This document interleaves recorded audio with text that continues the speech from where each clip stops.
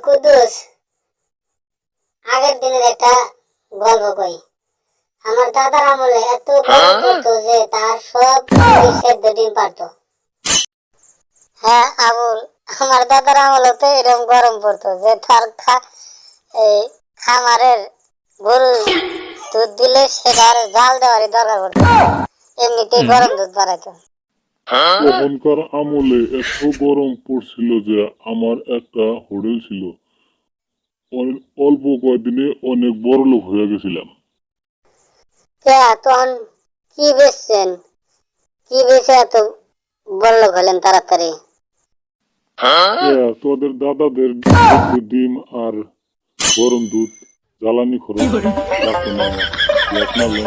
নাগে নাই খড়ি নাগে নাই। যাই হোক বন্ধুরা, ভিডিওটা যদি ভালো লাগে একটা লাইক, একটা শেয়ার আর একটা কমেন্ট করে যাবেন।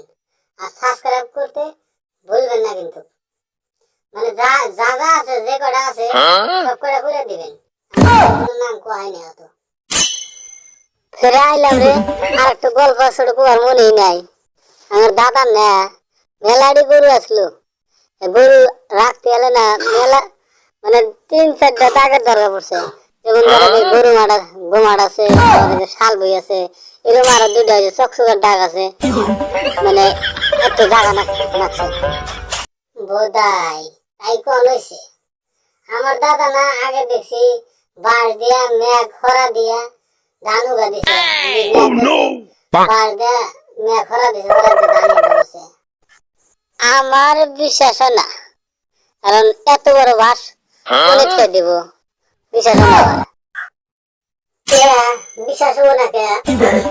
ওর দাদার যে গোল ঘর ছিল, গোল ঘর দিয়ে দিছে, ওর দাদার নাম মেলা গরু। আপাবাজি করবার জায়গা আছে না, আপাবাজি কোন করে করিস? যাই রে।